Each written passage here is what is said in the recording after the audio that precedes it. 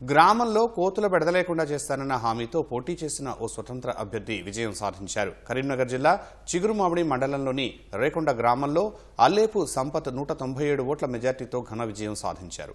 5 ఏళ్ల వరకు గ్రామం పంట పొలాల్లోకి కోతులను రానివ్వకుండా చేస్తానని సర్పంచ్ సంపత్ తెలిపారు. అందుకు గాను 6 లక్షల రూపాయల కాంట్రాక్టు కుదుర్చుకున్నట్లు వెల్లడించారు. తన తల్లిదండ్రుల పేరు మీద గ్రామానికి వైకుంఠ రథం సమకూరుస్తానన్నారు. తనను నమ్మి గెలిపించిన గ్రామ ప్రజలకు ధన్యవాదాలు తెలియజేశారు.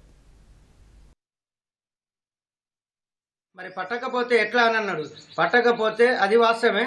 నేను నా 2 ఎకరాల భూమిని నేను రేకొండ గ్రామానికి రాసి ఇస్తానని చెప్తే అప్పుడే వాళ్ళు బాండ్ పేపర్ తీసుకురావడం జరిగింది.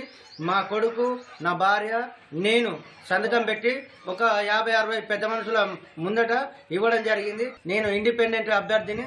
నేను ఇప్పుడు ఏ పార్టీలో పోయే అవకాశం లేదు. ఎందుకంటే నేను గ్రామ ప్రజలు నన్ను నిలబెట్టారు కాబట్టి వాళ్ళ మేరకు వాళ్ళకు తెలుసుకొని నేను ముందుకు నడుస్తానని, ఊరును డెవలప్ చేస్తానని నేను ప్రతిజ్ఞ చేస్తున్నాను.